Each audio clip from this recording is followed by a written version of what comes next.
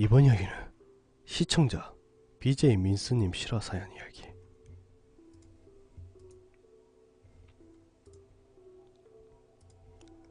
안녕하세요. 보낸다고 말한지 꽤 됐는데 이제야 보내게 되네요. 그럼 잔말 없이 바로 시작할게요. 저는 군대를 바로 부사관으로 가게 되었습니다. 발령난 곳은 최전방 GOP 사단에 떨어졌습니다. 부사교 훈련을 이겨내며 인간을 했기에 폐기로 군생활에 임하겠다고 다짐을 했죠. 그리고 부대에 들어와 전입신고를 하고 먼저 생활하고 있는 분대원들을 만났습니다. 저를 신임 병아리로 보는 상병장들을 미숙하지만 정해가고 있는 일병들, 그리고 인간한 저와 같이 어리버리한 이등병들도 있었죠. 그중 이등병 중 한 명이 보였습니다. 얼굴은 항상 어둡고 몸은 허약해 보였습니다. 어떻게 최전방에 왔는지, 아니 어떻게 군대에 들어왔을 거라는 생각이 들었습니다. 그래도 여기에 왔다는 거, 자기 의사가 강했거나 뭔가 뒷백이 있어서 왔겠지 하고 별로 신경을 쓰지 않았습니다. 하지만 생활을 하면서 느낀 게 선임이 시키는 일을 잘 수행하지 못하고 초속 근무를 하고 있을 때 몸이 허약해 근무 도중 쓰러지는 일까지 생길 정도였습니다.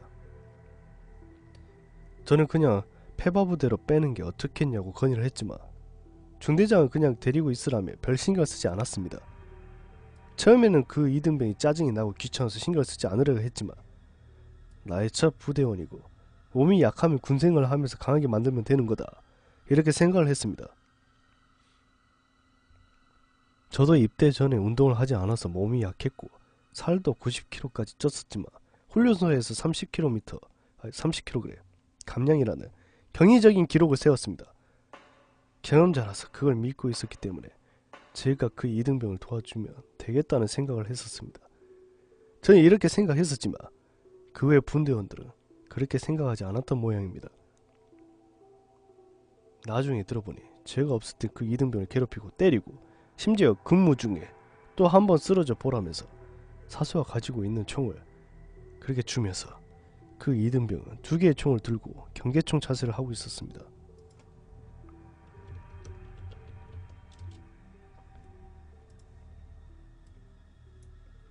하지만 그 사실을 알았을 땐 전 이미 수색중대 GP 근무 발령을 받았을 때입니다.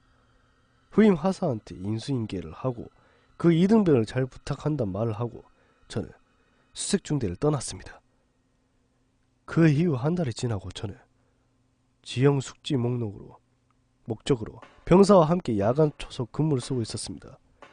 그냥 별 생각 없이 근무를 서고 있는데 무전기에서 무슨 소리가 들린 겁니다.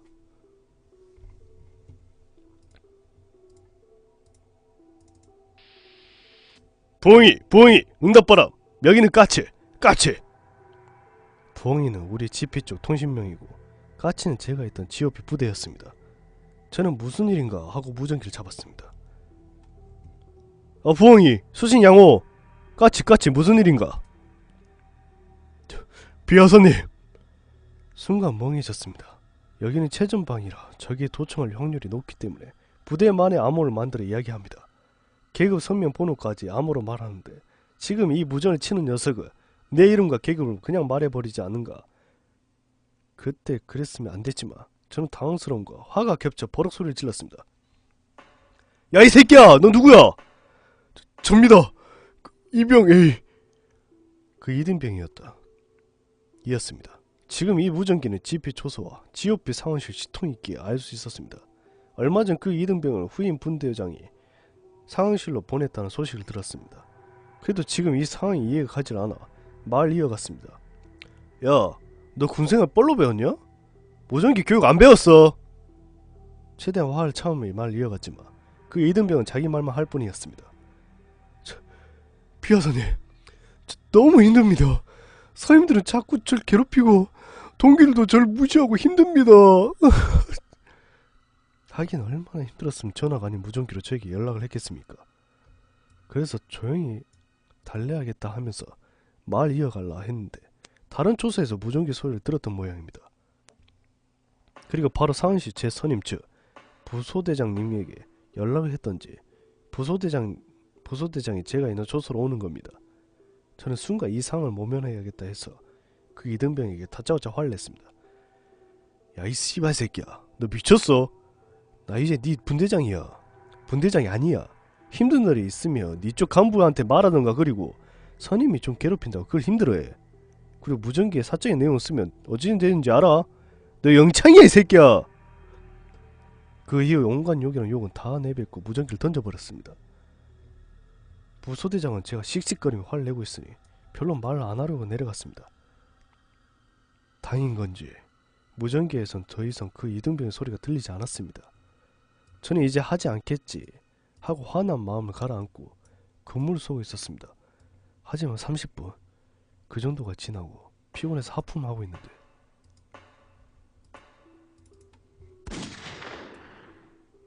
총소리였습니다. 저와 부사수는 당황한 나머지 방어벽에 바로 숨었고 저는 가지고 있던 총을 장전했습니다.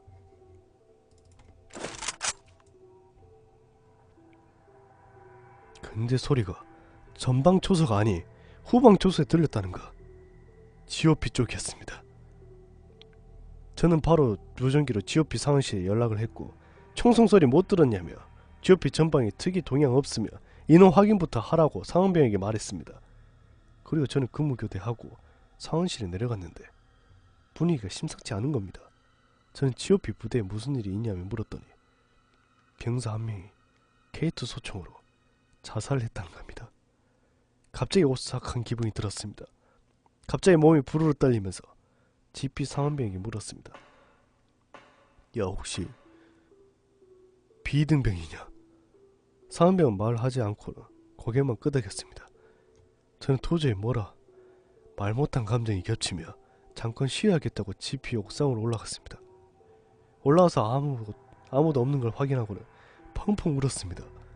내가 했던 말에 자살을 한 것 같은 그런 생각이 들어 너무 힘들어 울음소리는 내지 못하고 가슴을 퍽퍽 치며 울었습니다. 하지만 군대는 제 감정 따위 보듬어줄 여유는 없는 것인지 지금 GOP 쪽에 어수선하니 제가 가서 상황실 분대장을 하라는 명령을 받고 그 다음날 바로 내려와서 GOP에 들어갔습니다. 내려오자마자 그 이등병이 자살했던 곳으로 갔습니다. 자살했던 곳은 증가 F초소였다고 합니다. 아마 근무자들한테 부식을 주려고 하는 도중 일이 벌였던 것 같네요. 시신은 치웠지만 피가 닦이진 않고 알게 모르게 이상한 냄새도 났습니다. 저는 말없이 속으로 계속 미안하다고 외쳤습니다. 그리고 밤이 찾아오자 양 근무자들 근무 확인을 위해 순찰을 돌고 있었는데 초소를 다 돌고 이제 그 증가 초소가 남은 겁니다. 평소에는 쓰지 않아 안개가 많이 꼈거나 비나 눈 같은 시야 확보가 어려운 상황일 때는 근무를 운영하기 때문입니다. 그리고 들어가니 사수와 부사수가 보였습니다. 사람이 죽은 곳이다 보니 애들이 긴장을 하고 있던 모양입니다. 몸이 굳은 채 계속 앞만 보고 있었던 겁니다. 저는 긴장이라도 풀어줄 겸 사수에게 말을 걸었습니다. 야 요즘 부대 어수선하다고 힘들어하지 마라. 야, 이럴 때 저기 온다 생각하고 잘 견뎌봐. 아닙니다. 뭐가 아니야. 야 그래도 좀 이따 교대할 건데 조금만 참아. 아닙니다. 뭐야 그 말밖에 못해? 아닙니다. 뭔가 이상했다. 아니 그리고 내 쪽을 바라보곤 있는데 뭐랄까 나를 안 보고 내 뒤를 보는 것 같았습니다. 뭔가 이상해서 뒤를 쳐다봤는데 뒤엔 아무것도 없었고 다시 애들을 쳐다봐 묻기 시작했습니다. 야 뭐라도 본 거야? 나 놀래키는 거라면 그만둬라. 별로 기분 좋지 않아?